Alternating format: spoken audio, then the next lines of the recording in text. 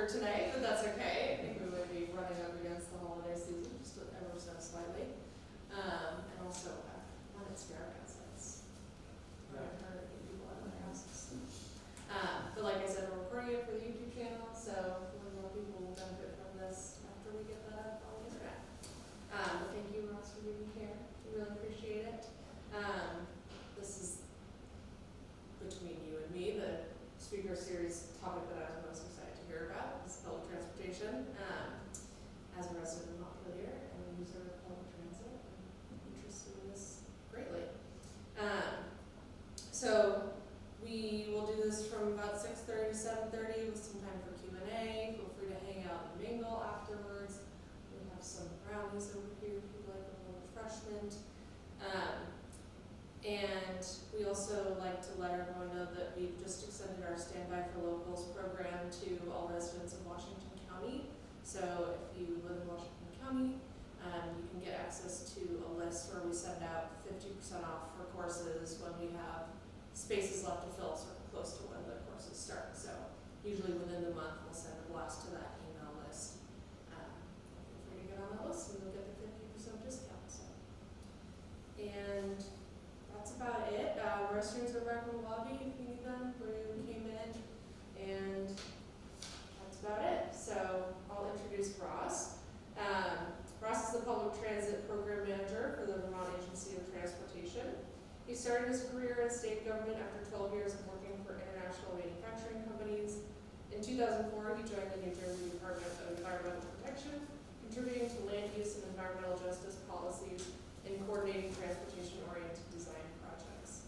Ross and his family moved to Vermont in 2007, where he joined the Public Transit Program and created the successful Go Vermont Program, becoming the program manager in 2018.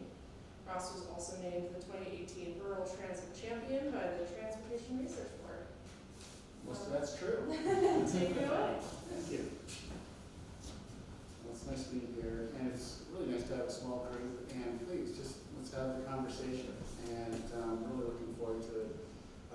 But again, coming here from my work in Jersey, being asked to consider a position in the woods with transit, I was surprised that, how big is the transit program? What's it look like? And I was really surprised to learn that public transit in Vermont enjoys much more support than any other rural area in the country. We spend about $12, $13 a person on transit in Vermont, and most rural states are in that $1 to $2 per person investment. So when you talk about, how do you get there in Vermont, it really is because of those, outsized investments. But with the investments come a vision, and in that vision is so broad. And I'd like to mention this because, we need to meet the basic mobility needs. We need to provide access to employment. We need to provide access to other modes of transportation. We need to mitigate congestion. We want to preserve air quality, promote efficient energy use, advance state's economic development objectives, all in a safe, reliable, cost-effective, and environmentally responsible manner. So we're busy, and we do portions of all of this, but this is not Copenhagen. It's not Tokyo. We have 94% of our trips are done in our single occupancy vehicles, or SOVs. And so with a $50 million budget, we are able to provide about 112 routes, including demand response services around the state. That $50 million would look like about a $13 million program if this was just the Federal Transit Administration program, the FTA. That's where states get their money from for transit. What we do is we take that $13 million, then we add about $23 million from the bridge program. And so I go over to those engineers and say, hey, not 19, but 21, 22, we want to continue to sustain services with increased costs. And then we go to our transportation fund and we pull in about $10 million in state funds. Those are like hen's teeth. It's not easy to generate those types of funds for the transit program in the state. push out quite a bit of service. And on those 112 routes, those are all classified by commuter or tourism or in-town circulator, rural, those types of classifications. And we do measure those on an annual basis to make sure that the return on investment is similar across the state, across the categories, just so that we're trying to stay geographically equitable. Because if we were just looking at where should we have transit, well, it would all be in Chittenden County, because that's the only place there's density in the state. But that's not the goal here. The goal is really, again, meeting those basic needs. And the basic needs include the older adults and persons with disability, folks on Medicaid, people who don't have a car, and people in recovery, people seeking job access. And so we have demand response dial-a-ride services for all of those categories. And the real question is, once we go through that decision tree, are you Medicaid, are you older, over 60, do you have a self-identified disability, do you need to get to recovery services, do you need a ride for a few weeks to a job so you can fix your car, get a carpool, those types of things. It's curious to see what it would cost if we just had a mobility for all model. And so that you didn't need to be 60, you just needed a ride. We think we're about 10–15% short of being able to provide that broad service, taking away the eligibility for somebody based on trip purpose. Many times we say, okay, so this is a social trip. We only provide one round trip a month. For social trips, we really focus on medical and pharmacy, essential shopping, haircuts, those types of things. So could we broaden it to more folks for more purposes? We're finding that out with Capstone in the Barrie area. We've provided them with a few $100,000 to fill in those gaps. And so if there's not an eligible program, we provide that trip through Green Mountain Transit with a Capstone organization called Gopher. And we use those electric vehicles as well to kind of round out the evenings and the weekends and the trips that the Medicaid person wouldn't generally be eligible for. But now we have a funding source for this particular community just to kind of see what that would look like. We all know the trips we provide through our surveys, our intake with all of our dial-a-ride. We know who you are, we know where you're going, we know the purpose. But we don't know who we're not giving the ride to and what purposes we're missing. So we are developing and getting a lot of that data. And when we started, they said, you're missing 100% of these trips. You could double. And we're like, no, I think maybe 20%, 10, 15. I think it's closer to 10 or 15% after a few years. But it's not enough. As I was mentioning when I was having dinner with the students and some of the staff here, we were talking about the gaps that remain. We go to conferences and everyone wants to hear about Vermont. How do you get so many flex dollars? It's the fourth most in the country in terms of FHWA, Bridge and Road money, to FTA program, behind New Jersey and California, people with like rail. That's generally the big cost of transit. But then I come to Vermont and we go to meetings all day long about where's the transit, because everyone can recognize the gaps in people's mobility needs. So $50 million, all those things, we cannot get everybody to where they want to get to when they want to get there. And so we have work to do. And part of that is the Vermont Program. We'll talk a little bit about that. I'm also going to mention the community driver program, because wherever I go, I try to elicit support and try to promote the community driver program. We do about 750,000 of the 5 million trips that we provide every year on the dial-a-ride trip to go get somebody to a specific location. 60% of those trips are done with volunteers. We pay them 68.5 cents a mile. Or if we put them on a transit vehicle, it costs about $120 an hour. So that's a huge difference between, how many trips can we provide. The more volunteers we have, the lower the cost, the more trips we can get out the door. And so Vermont being the highest rate of pet ownership, the highest rate of folks who volunteer, we really benefit a lot from those volunteer drivers, and another reminder of why it's so nice to be in the state. And then we do have a program that deals with transportation demand management, or TDM. Those are all the practices to try to support multimodal, non-SOV or single occupancy vehicle travel. And so it's investing in bike libraries or expanding amenities around bus shelters and making them placemaking areas and those types of things, and we'll talk a little bit about that as well. And as I go through this, if anybody has questions, feel free to just let me know or wait till the end. But the demand response programs, we have the programs for that VTrans runs. That's me. I'm with VTrans as the public transit program manager. Probably should have said that. We have this older adults and persons with disability program. But we're a small state, and in most areas, you would see the transit program with their vehicles, and then you would have this Medicaid program with their vehicles, and they're all kind of dealing with their own respective clients.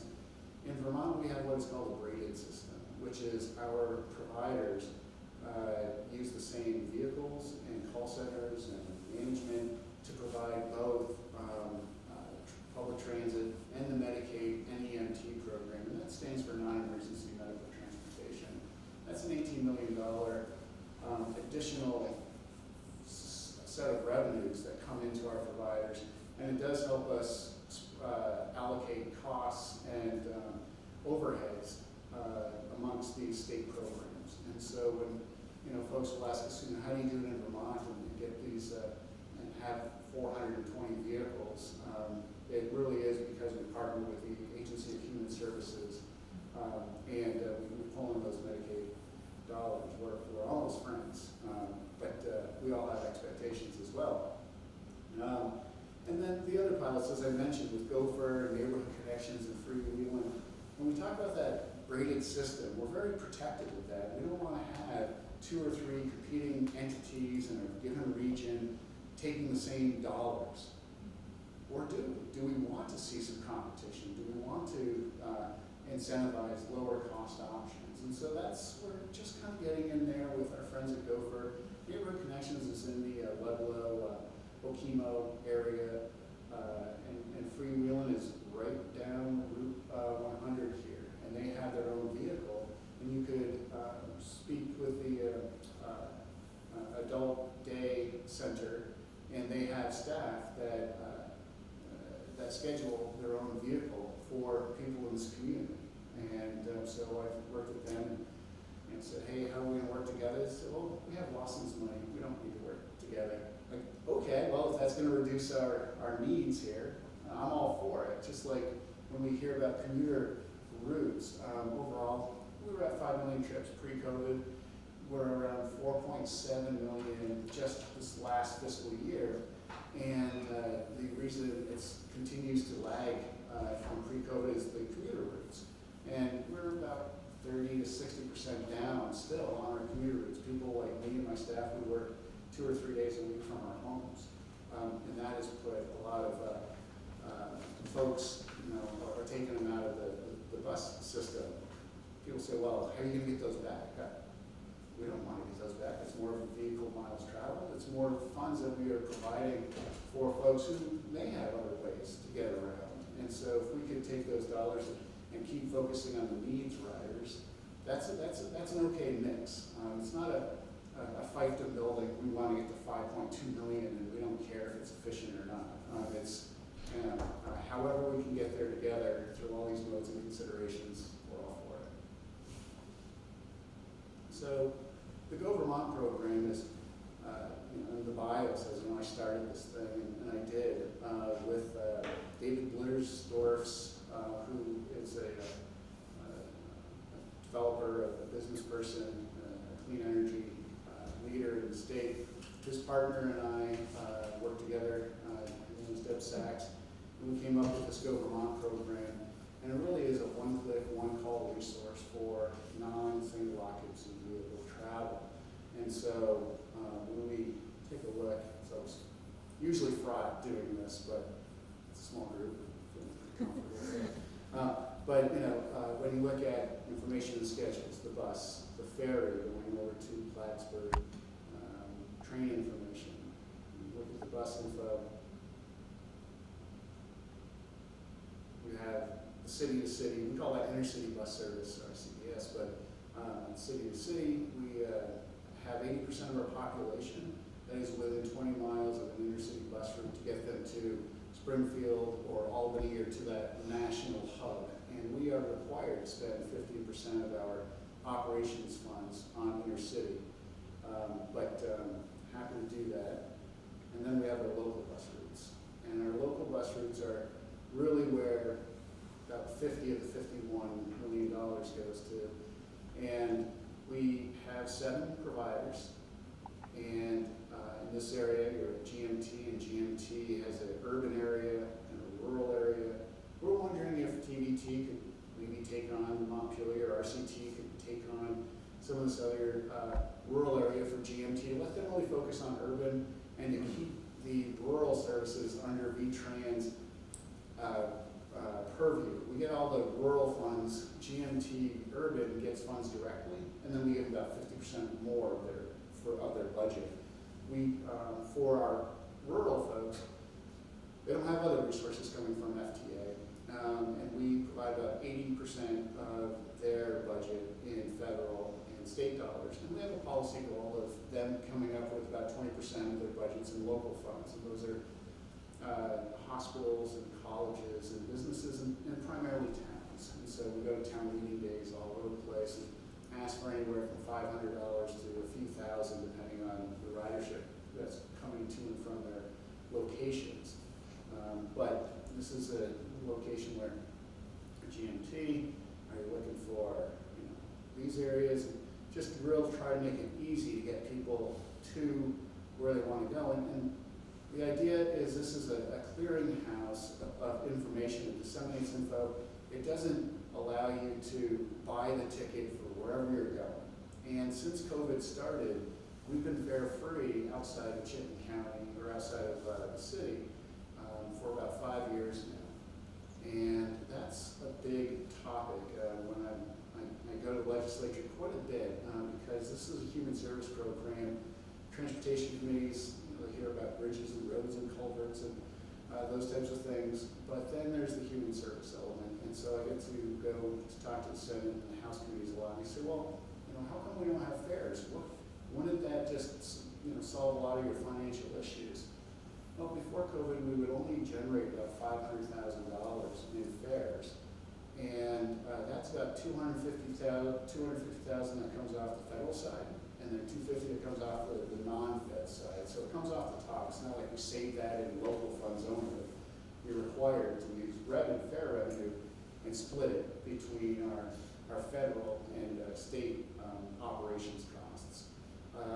And so when we look at the cost of collecting the dollars, the cost of the fare media, especially as you try to do the card reader stuff in the media that everybody comes to expect, let's just keep it as fare-free as possible. In the urban area, we think it's worth it because they have more buses. You can live in Burlington without a vehicle. You can't live in Waitsfield or Peacham, where I live, without a vehicle. And so to make it more easy and equitable to get on the bus without a fare is something that we're continue to try to maintain.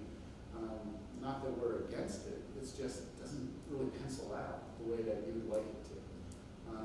And so that's one of the dynamics of the travel, of the transit piece. We do have a Vermont trip planner, and what this does is just allows you to see, this is a multimodal trip planner, and you just talk about, is this my commute? Is this to an event destination? We can put an event like this on the system and be like, oh, yes, tomorrow event, there's the origin destination, and then people can then start using that to carpool to these events.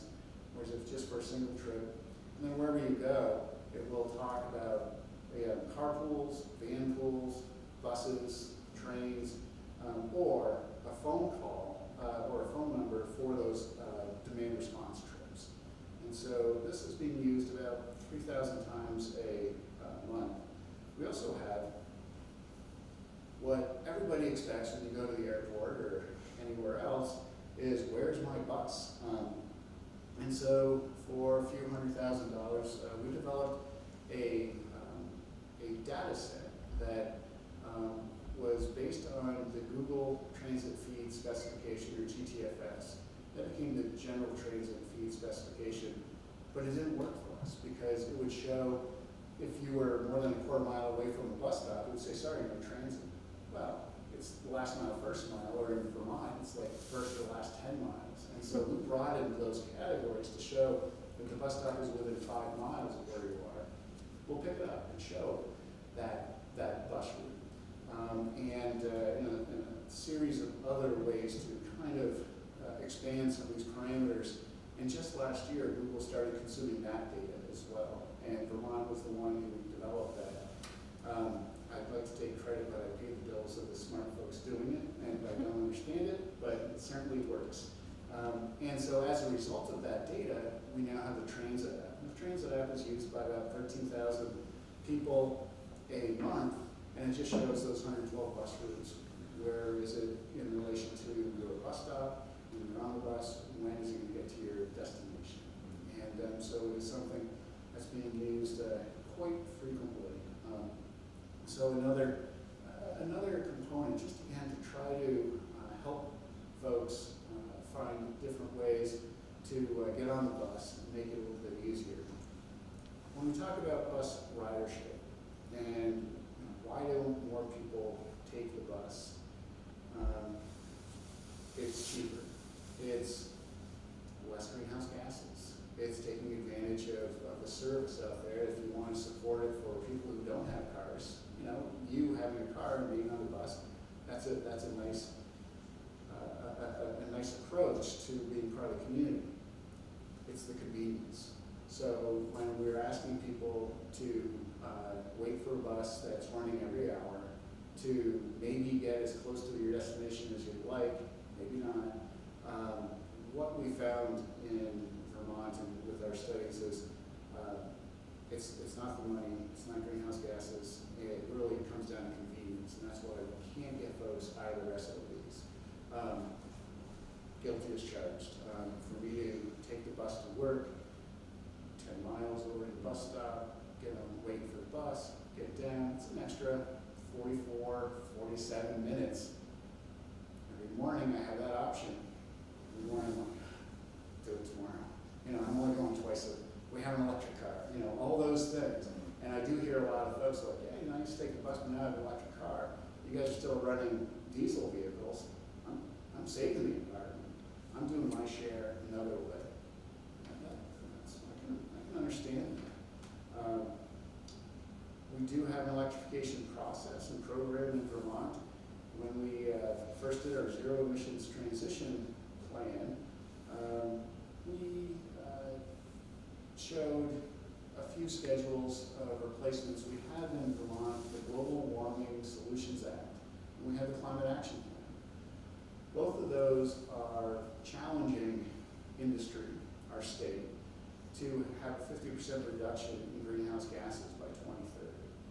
So a couple of years ago, 2019, just before COVID, we're putting in our zero emissions transition plan and said, okay, well, we better get started, because if I'm in the legislature and I'm at the climate caucus and some of them are on the transit committee, I want to show like we're supportive of these efforts. And just being a lefty, I'm supportive of these things anyway, and so let's see what it looks like. And so far, we have the funding in place for about 15% of our transit vehicles to be electric. We have about 65 vehicles that have been funded for electrification. About a dozen are out on the street, 20 or 30 are in the procurement process, and then we still have to go out and buy some. If you notice in Vermont, we don't have large buses outside of Whitewood Junction, Rutland, or Chittenden County. We use cutaways, the smaller truncated bus. And we haven't been able to find in the industry a viable set of specs. We need about 10 hours of operation, and we need about 200 miles in range. And right now it's about 7 or 8 hours of operation and about a 100-mile range. We can't buy 2 cutaways for $300,000 each to replace $140,000 ICE bus, which is an internal combustion engine, so we call them ICE vehicles, which could be diesel or gas. So we continue to wait, and we're replacing those vehicles right now with Sprinter vehicles. Those have 110 miles and 7 or 8 hours of operation, but they're cheaper and they're off the rack.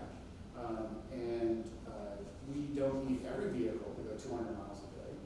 We can take in 10, 15, 20% of our vehicles and plan and schedule those for, under 100 miles a day. But at some point soon, we would start really putting negative impacts on the day-to-day operations, where we don't have enough of the right buses to get out to cover all the vehicle miles. So we're moving from 15% to more facility fit up, and we're apply every year for a competitive grant from the FTA, Federal Transit Administration, that is very much supportive of electrification, and they'll pay 95% in some instances for electrification efforts. And so while we incorporate these 65 vehicles, we're applying for funds to do the facility fit up, so that when those specs are improved, we can bring those online a little bit easier than waiting and then doing the electrical work or the switch gear and all those other things that have become fairly I can understand. So on the electrification piece, it is just important to recognize that when I went to an electric bus conference this summer, and they said, okay, so how many do you have in Washington, D.C.? 6 buses. Really? What about these folks in Tennessee? We're trying our 4 buses. I'm sitting there like, oh no, we have 65 vehicles. Why are we leading the electrification? 50% of our stock is going to be electric. And there are some operational issues. So it hasn't been a mistake because it hasn't cost us anymore. We use VW funds and VW settlement funds. We got about $18 million from that program, and that's Department of Environmental Conservation to receive those dollars, but it's Vermont. We know these people. And so, hey Lee, what are you doing with those dollars? Could we use those for the non-federal match for our electrification? So we pulled about $3 million, actually more closer to 4 from that program to help with the non-federal match. So bus companies don't have any money into it, the state has less money into it, and we're using the Fed dollars that were put in place to help incentivize this move to electrification. So made all the sense, made all the sense in the world when we did it, and then we're just going to have to slow down for about a year or 2 and really see what those impacts are while we continue on the facility fit up. People say, well, what about hydrogen? That's another option, and you've got all the specs you need in terms of range and hours of operation. It's the infrastructure. If we were down in North Jersey in the Colonial Pipeline, and we could switch the Colonial Pipeline off with gas and oil and generate hydrogen with offshore wind and load up our tanks, that's one thing. We don't have that in Vermont. The closest hydrogen facility is in Albany. So to send the ICE vehicle, the diesel truck down to go get our hydrogen, to bring it back up, keep it at, if I said negative 700 degrees, that sounds crazy, but I think that's close to being, so those costs would be millions of dollars at our facilities just to do the bridge until we get to the electrification piece. So I was like, oh, we're going to leapfrog all that. We're not going to do propane, which saves 13% greenhouse gas. We're not going to do hybrid. We're just going to electrify and wait for the electric vehicles to catch up, rather than to invest 10 years and tens of millions of dollars in hydrogen. But that's a viable question. And a couple of months ago, I was thinking we probably should have done with hydrogen and bridge. Maybe we got into hybrids instead. But money went quarterbacks, and so that's where we are trying to be part of the efficiency. And I don't think there's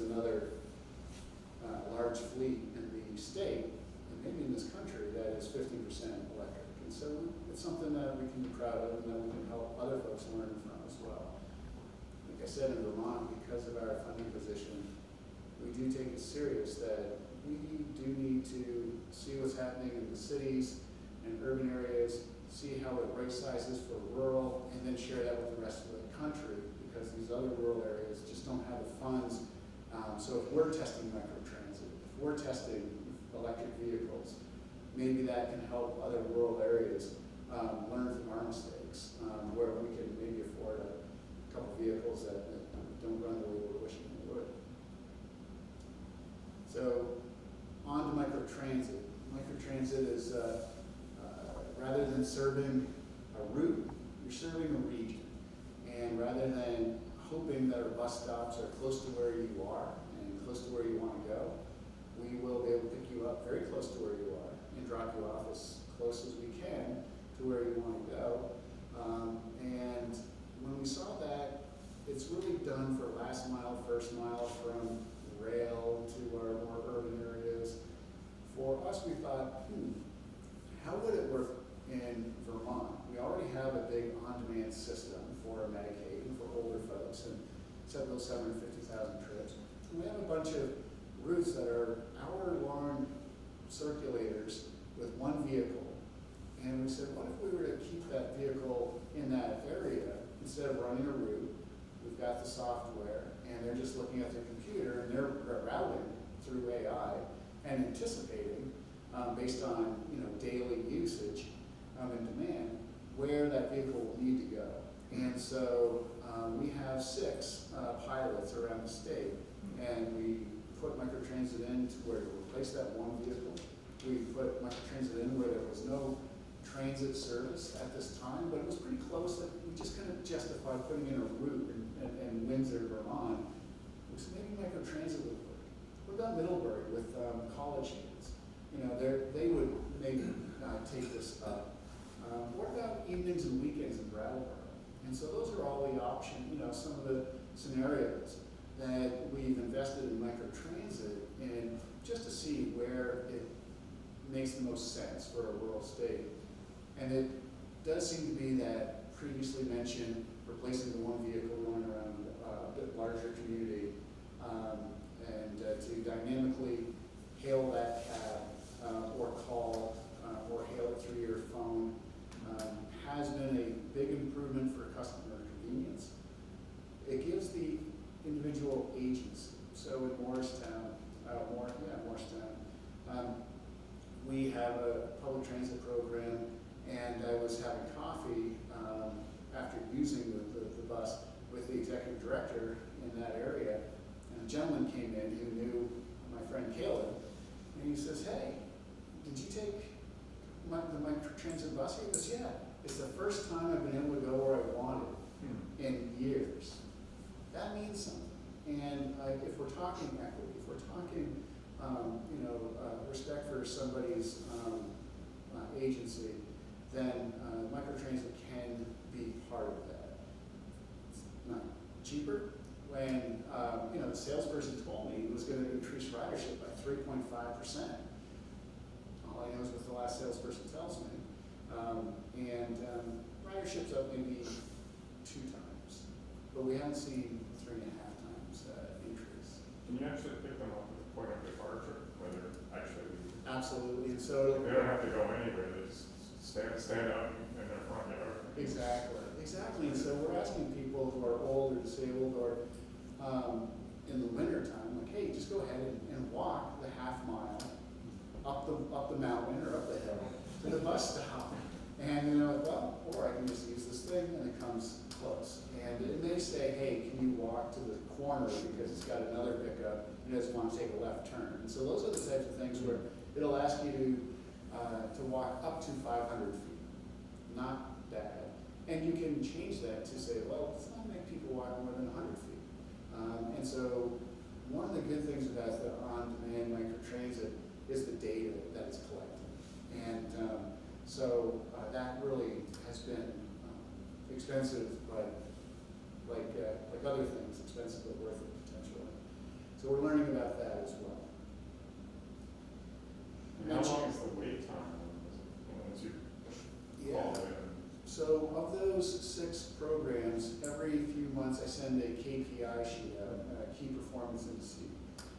where I ask, average cost per trip, average wait time, average time on the bus, percentage of requests that are met as initially requested, and then one of the other items is how many no-shows. In Montpelier, we have an issue with high school kids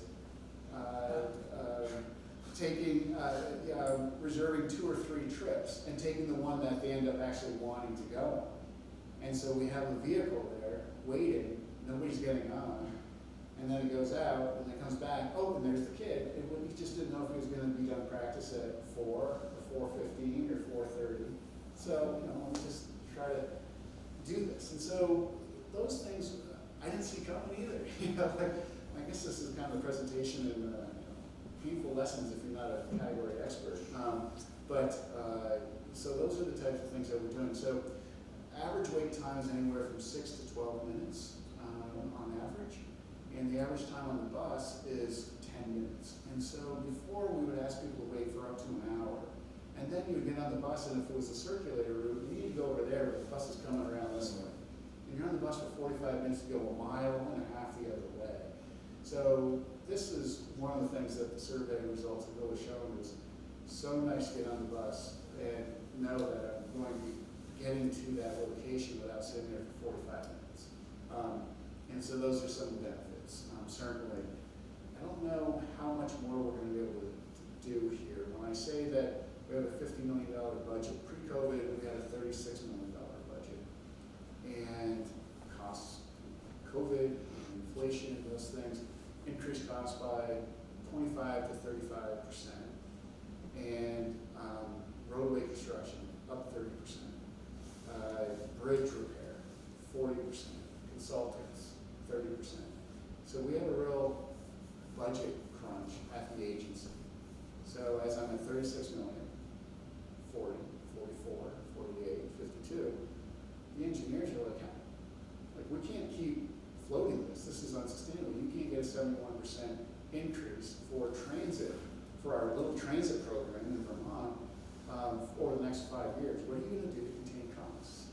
Well, what I can't do is more pilots, right? And we're going to have to really focus on sustaining services and combining some of those commuter routes and seeing if we can't get to a new post-COVID, post-inflation normal so that I can predictably go to our budget committee and say, yes, it's not 56, 59, 63. Over the next 5 years, I'm going to need 55.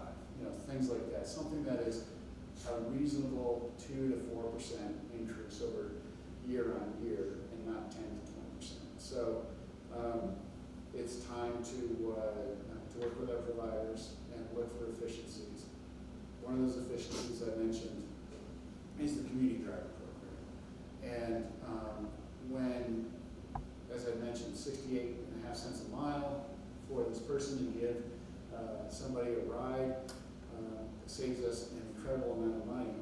And at 68.5 cents a mile, or that $120 option, I am looking at that space in between there. What else can we do? Is it the gig driver with their car and pay them an hourly rate? Is it hiring somebody at less than a CDL driver would make? We start at $30, $34 an hour to drive a bus. And so could we pay somebody $17 an hour to drive an electric vehicle or a hybrid to fill in that gap? There's a lot of space there. And so we decided to move away from calling it a volunteer driver, because everybody's like, well, it's a volunteer, who's going to pay for my gas? Like, well, we give you money. Well, that's not a volunteer. Well, it's to cover your costs. You can still be a volunteer. It doesn't affect your disability, your pensions, your things, your revenues that you need to, need a 1099 tax form. And so we decided to rebrand it as a community driver. And I'm asking the providers to come up with those gradations of lower cost services because budget issues. And we just always have to do more, different, and better with whatever we've got. To pretend that we figured this out would be a fool's errand or a comment. So wherever I go, I say things like, well, Sarah, would you like to post some of this in your area? And I bulletin board in this area, are community oriented. And my father moved to Vermont in his late 70s, and he became a volunteer driver. And he loved to say, well, it keeps me from putting beer on my cornflakes. Not what you want to hear in your office. And, but it really is that perfect opportunity to be part of the community. And he was learning and meeting people that he's coming into a new community outside of Burlington. And so we're really hopeful that we do have an aging population. It's the second oldest in the country, right behind Maine. We do have people aging out of the workforce. And we also know that people can work longer, especially in driving type positions. And so we really want to meet folks when they're coming off and saying, okay, what's next? Can you drive for us for a day or 2 days? A few months if you're going to Florida in the wintertime, when you come back, drive for us for a day or two and help us stretch those transit dollars further. That's really part of the secret sauce that makes the transportation system a little bit more effective, efficient, and equitable around the state. So I was thinking, what else can we do? Well, the legislature has ideas, and they said, well, we would like you to put together a program because, like Go Vermont, dissemination of information, carpools, van pools, all of those tricks to help people get out of their SOVs that isn't just transit. Transportation demand management.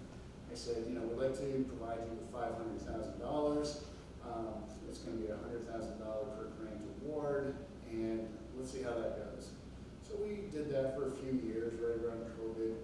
And last year, they were considering carbon reduction program funds, which came from the IIJA, the Biden administration's Infrastructure and Jobs Act. And we were then given $3 million. So the program isn't $500,000 anymore. It is $3.5 million. And this year, we increased the grant award up to $250,000. And we distributed about $1 million. And so that $3 million is one-time funds. We are not looking, it's not burning our hole in the pocket. We will spend the next couple of years and draw those funds down. But bike share libraries, and just scored and weighted on these things, wayfaring, town plans, and try to help people moving around the city understand where they are and what transportation options there are nearby and how to get there, the wayfaring info. Old Spokes Home, where they said, hey, if your first mile is 5 miles and somebody's coming out of the corrections program without a vehicle, without a license, we'll buy them an e-bike and get them to the bus stop. How much does that cost? What's that look like? What's the return on investment? Small potatoes, generally speaking, but it does allow us to spread a lot of money around to true believers trying to reduce greenhouse gases.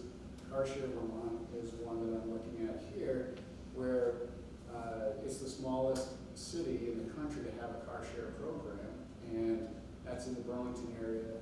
And we provide vehicles and operation funds to help maintain those services. So some families have one car or no car and a CarShare membership, or can have a CarShare membership to use a truck, or those types of things. So we continue to work through this program as well. We're learning a lot.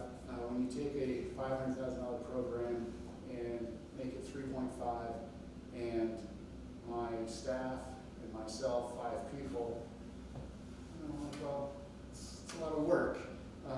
It's a lot of grants, but we're happy to do it, and you need the best people. We're really just trying to do the best we can together. So that is also part of the transit program in Vermont. And that is a 47-minute presentation. I was like, geez, do I have enough to say here? But yeah, I really appreciate you guys hanging in and listening to the diatribe, but what are you guys thinking? I have a question. What about is there any clearinghouse for people who need one-off rides that can be supported by people who are other drivers Yeah. ride share? I don't know if there's a word for that. Well, rideshare is a word, and so that's the thing is that carpool system that I mentioned. We have 3,000 people in a carpool in that trip planner that I mentioned. You can sign up to be a carpool, and so every day, if somebody wanted to go from anywhere from Peacham to Barry, they would see my name and say, "Hey, I'm down here in Groton.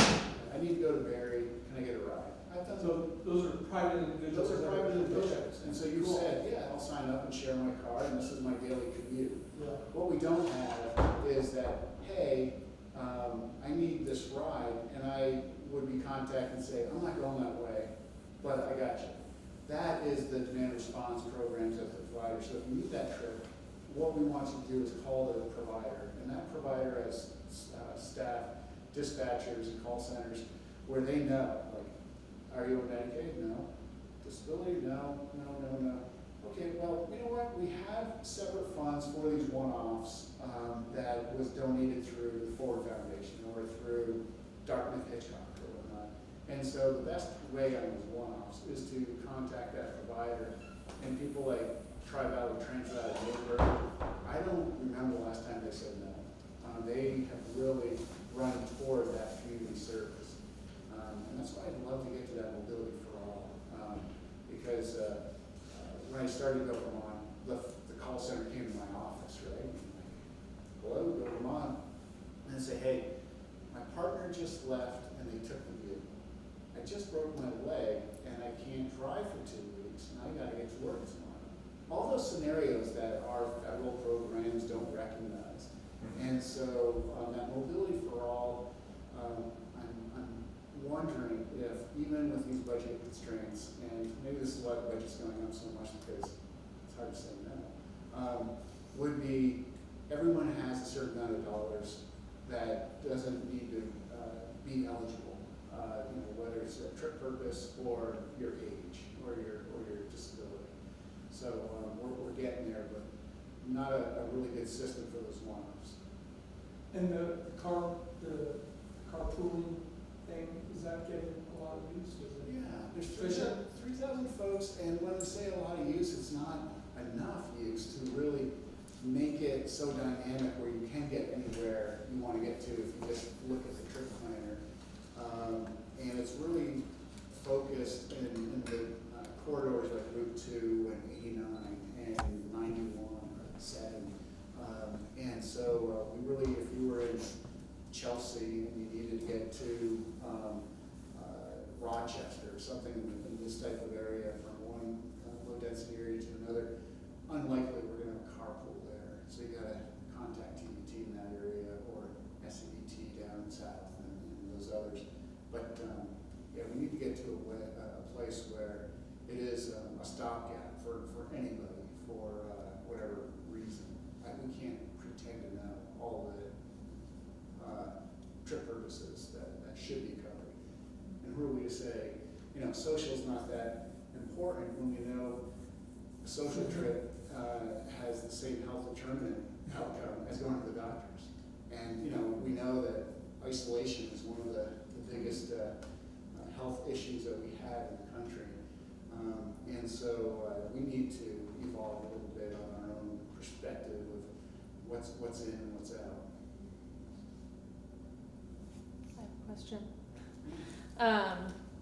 Kind of a hot topic with the commuter bus lines. I know that GMT is thinking about reducing some of them, particularly the Montpelier to Burlington connection is sort of on the chopping block. And it seems to be kind of like a chicken or the egg problem where it's not very convenient, so you don't have the ridership, but you don't have the ridership because people don't have all the times that they, so like my partner works in Burlington. We could theoretically be a one-car family. He prefers to take the bus when he can, but works some oddish hours, works some weekends, and just can't always make it work. Yeah. So I guess like when you're weighing those, and maybe this isn't even something that you deal with at all, but how do you solve that chicken or the egg problem where like if there were more times that the buses would run, then you probably would have more people using it. Before any bus routes are cut, we get the call saying, hey, we need more money, do you have it? Yeah. And generally speaking, we say, yeah, we'll get that time we get to the budget we have. The Link Express was one of the most successful rural commuter services in the country. It had a 35% fare box recovery, meaning the fares paid for 35% of the cost of that service. And average in rural areas is about 3 to 9%. And so you're like, hey, this, again, conferences, we've got the Link Express, 11 trips going back and forth between Montpelier and Burlington, and picking up Waterbury and Heinsberg, and the Richmond parking lot is always full. There's been a 68% decrease of ridership. Concurrent to all of this, GMT Urban that operates that service, they have new union contracts. They have other routes that we suggested weren't as effective or efficient as necessary. And they said, hey, we've got this $3 million budget shortfall. Okay, here's $1 million this year, and I'm going to try to get you $1 million next year, but we would like you to consider a certain amount of cuts and efficiency and negotiations and some right sizing, if you will. Burlington is in the top 10% of towns with the level of hours and routes in their city, in the country. Corvallis, Oregon comes to mind, mostly college towns. Charlottesville, Virginia's another one.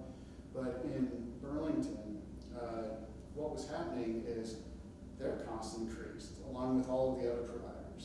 I was able to sustain all of the other rural providers, and that $36 to $50 million, that piece of the pie has been consistently distributed through urban, through our rurals, TPT, RCT in the Northeast Kingdom. I'm trying to keep the geographic equity in place, and they have received more funds, as many as a percentage, as in the past. Their costs have accelerated further than the rural services. And so we're asking them to go ahead and make some of these cuts. Those cuts that we just talked about, it's not going from 11 runs to 0. It's going from 11 to 7. That's still a pretty good set of options on a daily basis. You can have 3 runs in the morning, 3 in the afternoon, and the midday. Most of our rural services have 2 in the morning, 2 in the afternoon, and if we can swing it, maybe midday. And so we think that we can support that. The other services that they've combined made sense, where they've taken 2 routes and brought them together and taking those. So they've made $750,000 cuts so far. And if they can do that again, then I can go to my budget committee and say, they're doing what they need to do. We need to come up with our own commitment and meet them halfway because we're half of their budget. So I'm all over it. Right? This is what, and it's difficult. Their board is very disappointed, that, where's VTrans in all this? And so it's a difficult position to put a board in when they have to oversee cuts, when we have a cut of an ineffective route that's serving 11 people a day or 4 people a day. Those 4 people can lose their job, can lose their connection to the outside communities. It's heartbreaking, and it is the worst part of transit. When you establish a system, people move to be part of that route because they don't have other options. Then you pull it from them, you're going to hear about it, legislators are going to hear about it, and they're right. It's better to not provide that service up front than to provide it and then pull it. Expectations, you know, and there's a whole mindset, right? Like losing something's far worse than not having it at all, even though it benefited you for years. Those types of things. So we've got some work to do. I'm looking at $1.5 million in budget shortfalls in the rural services, but with those carbon reduction program funds, I think we can float $1.5 million with those new federal dollars over the next couple of years and let the metrics reveal the cuts rather than the budget pressures. This is all part and parcel of my presentation to the legislature, so I appreciate the ability to kind of try it out on you guys. So I'm looking for nods, yeah, and understanding and empathy, because when we're making these cuts, it's a killer. But we will need to right size on the rural side as well. And the urban folks were just a little bit ahead of us on their cost curve increases. And that was mostly due to the contract? No, the union contract and driver wages is a big part of our costs. There's no question about that. We certainly support the ability to pay and to entice CDL drivers, which there's a paucity of across the industry. So we're very fortunate to be able to have enough drivers to cover the services. That's not the case. Some schools, you know, have had to cease bus service or really increase their hourly wages. So we're supportive that we will be hoping that GMT can work with the union so that they can be part of the solution and part of the future right sizing. But not being a party to those discussions, there's you know, some very good rules and laws in place to keep us from putting our finger on those scales for all the right reasons. And it's a little difficult for us to mention things about unions and then not have a hand in them and then leave it for GMT to negotiate. Anybody who's dealt with unions knows that's a really difficult negotiation, work structure. We don't want to make it worse by entertaining the idea that we're part of it. Yeah. But yeah, are those union folks 100% health? I've never seen a contract with 100% health. People who have businesses here, it would change the dynamic incredibly. It seems to me like the unions could be shooting themselves in the foot because you're losing routes, they're losing drivers.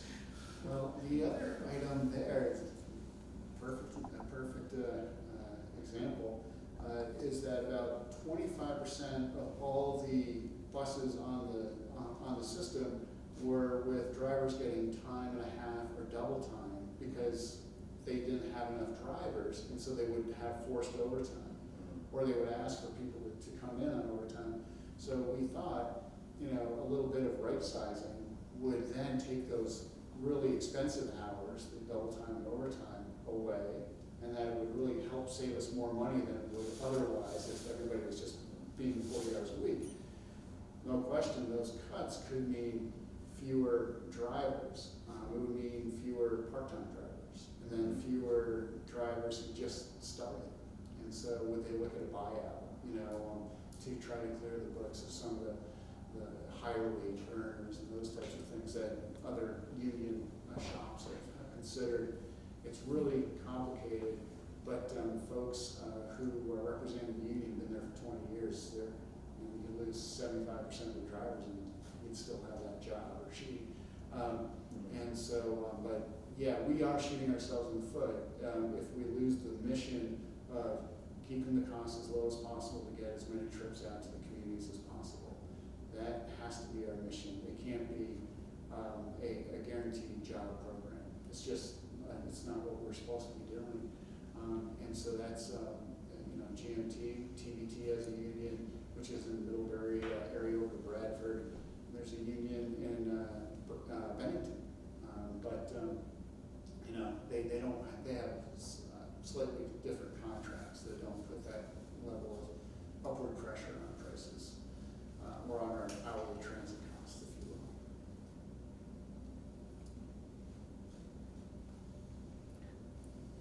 What are the options that people in the valley have in terms of transit?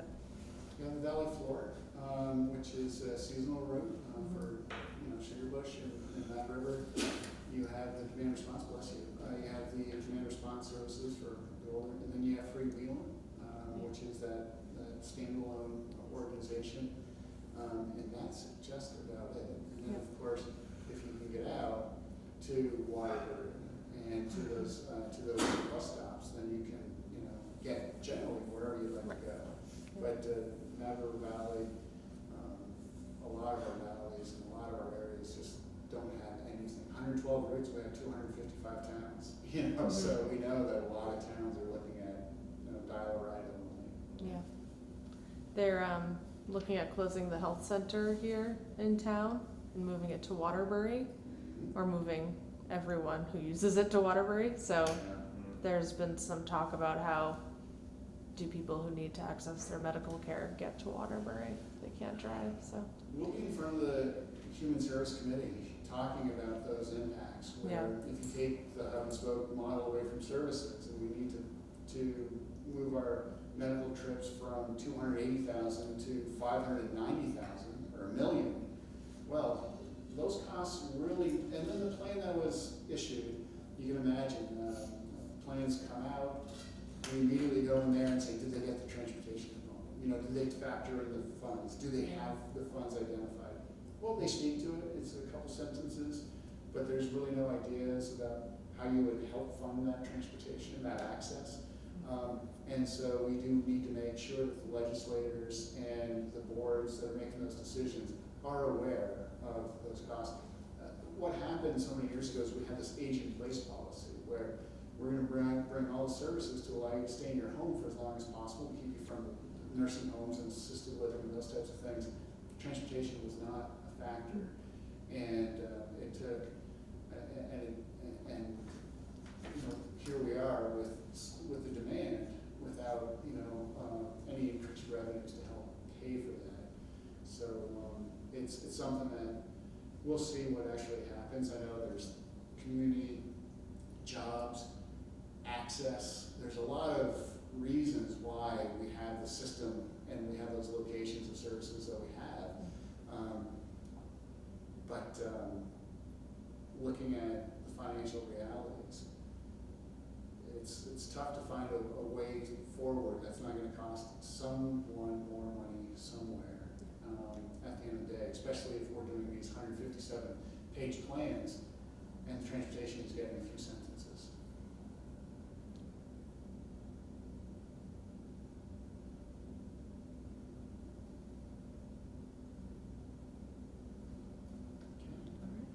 Well, thanks everyone. It's really been enjoyable being here. Thank you. Thank you.